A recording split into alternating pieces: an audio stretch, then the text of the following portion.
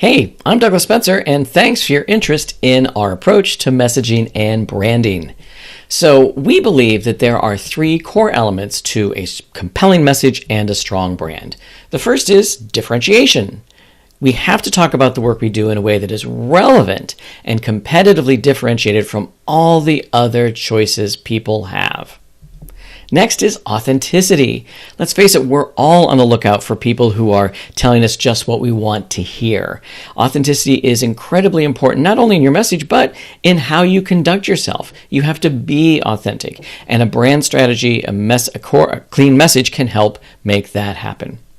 And then finally, there's emotion. As human beings, we make decisions based primarily on emotion, whether we realize it or not. Oftentimes, we will use analytical drivers like cost of ownership or return on investment as ways to justify what we want from an emotional perspective. Not all the time, but a lot. So your message has to have an emotional element that connects with your audience. So how do you find those? Well, we have an approach, and it's called the Focus and Messaging Framework. And the first part of that framework is the why, and it helps us find authenticity. It speaks to your organization's soul. Why do you do what you do? Why do you care? And why should anybody else? And then we look to the what and how to provide differentiation. What do you do, and how do you do it differently from all the other options people have? And finally, we find emotion through the way. What is the way your message should come to life? What are the unspoken messages, the emotional layers to your visual identity, to your tone of voice that bring power to your words? To find the focus and messaging framework, we have a methodology that we call the Ask, Build, and Connect methodology. We ask a lot of questions. And then we build a focus and messaging framework with you. And then finally, we'll connect it to your real world needs. Let me show you what I mean. For the ask phase, often we'll include these kind of approaches. A worksheet. Most all clients will have one-on-one interviews with senior staff, with people who are intimately aware of what you do and familiar with you. We'll do quantitative surveys sometimes. We'll review any existing research you have. And we also do what's called messaging audits. And we look at 5 comparable organizations to yours. We look at what are they saying about themselves? How are they saying it? What do they look like? This helps us find that message, that white space, if you will, that you can own, where you can be different and relevant from all the other choices people have. So then we move on to the build phase. And that's where we create hypotheses for your why, your what and how, and your ways. Together, once we create those hypotheses, which is based on the ask phase, together we will work through them and create the framework that is appropriate for your organization. Next, we have the connect phase, and this is where we take the output from the focus and messaging framework and apply it to your real-world needs. This can include a simple one-sentence description, which is often more challenging than you would think, an elevator pitch, a new website or social media copy, a new website itself, content marketing, and sometimes we'll update your logo and or your visual identity to make it more in line with your true self, with your focus and messaging framework. So that's our Ask, Build, and Connect methodology. Our clients love it. In fact, Grace Moreno, Executive Director of the Mass LGBT Chamber of Commerce, said that it got her vision out of her head and into her strategy and operations. Tom King, the Executive Director of the Mass Children's Alliance, said that it invigorated him and his team. His team approaches the work with a new level of excitement. And Mike Lake, the Executive Director of Leading Cities, says that working with Spencer Brenneman helped them find a structure and a cadence for their message that they just could not have found on their own. Let's talk a little bit more about Leading Cities, and we're going to go through their messaging framework, their focus and messaging framework that we created, starting with their why. So why do they exist? Leading Cities believes that by unleashing the potential of the world's cities, they can drive resilience and sustainability for everyone.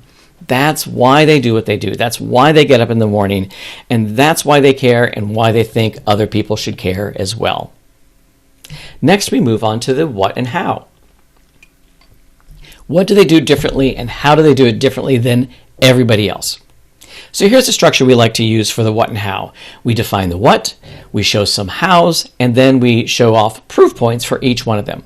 Here's what I mean. Leading cities connect cities across the globe with the innovations that solve our most pressing challenges. That is what they do. Well, how do they do that? They do that first by cultivating a global network of forward thinkers from the public, private, academic, and nonprofit sectors. And their proof points for that are what's called Leading Cities Member Network. Then they have programs that nurture and support the most promising startups and connect them with cities ready to benefit from their work. And those programs are Acela City and Acela Gov. And the final way that they connect cities across the globe with innovations that solve our most pressing challenges are delivering advanced research, emerging trends, and technologies through consulting services from global experts. And that is called leading consulting. Their proof point for that is leading consulting. Well, you put it all together and you get something like this. Leading cities connect cities across the globe with the innovations that solve our most pressing challenges. We do that by cultivating a global network of forward thinkers, nurturing and supporting the most promising startups, and delivering advanced research and emerging trends from global experts. So the focus and messaging framework has another superpower that I like to talk about, and that is focus. The great thing about social entrepreneurs is that they want to solve problems. But the challenging thing about social entrepreneurs is they want to solve problems, and sometimes it's hard to stay focused. But your brand strategy can help. Your messaging, your focus and messaging framework can help. Let me give you an example, also using leading cities. So what if someone came to Mike Lake, the executive director, and said, hey, we should do a corporate adopt a city program just like they do for highways. Now, granted, that is kind of a wacky idea, but it's here just to prove a point. So Mike could ask himself, all right, well, does this further our hows of cultivating a global network of forward thinkers? Nope. Does it nurture and support the most promising startups? Doesn't do that either. Does it deliver advanced research and emerging trends and technologies? It does not do that. So the verdict is that that's not really a great idea for leading cities. One of our clients has told us that this process has given her the permission to say no. And then there's the way. How does the message come to life? What are the emotional layers that the message should have at every opportunity? For leading cities, we came up with measured. They believe that a methodical approach to innovation brings about the most transformative change. Supportive, they work collaboratively to mitigate the frustrations inherent in driving ambitious change. They're hopeful. They see a future in which cities are vibrant centers of sustainability, equity, and inclusion. And they are bold. Their drive to bring about resilience and prosperity is undaunted. So here's how the ways come to life. With another client, we have another client whose one of their ways is compassionate. They form deep, genuine relationships to help their clients navigate complexities of their work. So in order to help them sound compassionate in their writing and how they present themselves, we gave them some guidelines. Use words and phrases like inclusive, empathy, people-centered, and always try to put yourself in the shoes of your audience when you're writing or speaking. So instead of, our goal is to match qualified applicants with organizations that align with their strengths, purpose, and values. Nothing wrong with that, but if you want to sound a little bit more compassionate, you might want to try, our goal is to connect you with a team of professionals who want you to be your authentic self, free from judgment and prejudice. We're not helping you find a job, we're helping you find a place to thrive. And then visually, the ways influence look and feel. For this client, they had ways of creative, charismatic, pragmatic, and perceptive.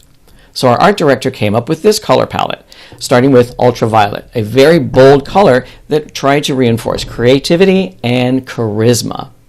And then she added what we call GT green, and this is to offer a professional balance to the vibrant violet, and also reinforce the sense of pragmatism and perceptiveness. So that's how a brand message is developed through our focus and messaging framework. why you do what you do, what is it you do exactly and how, and what's the way your message should come to life. We get that from going through our methodology of ask, build, and connect, and would love to do it for you. If you have questions, please reach out, let me know. I'm happy to answer them, whatever they are. And here's some ways to reach me. Thanks for your time. Have a great day.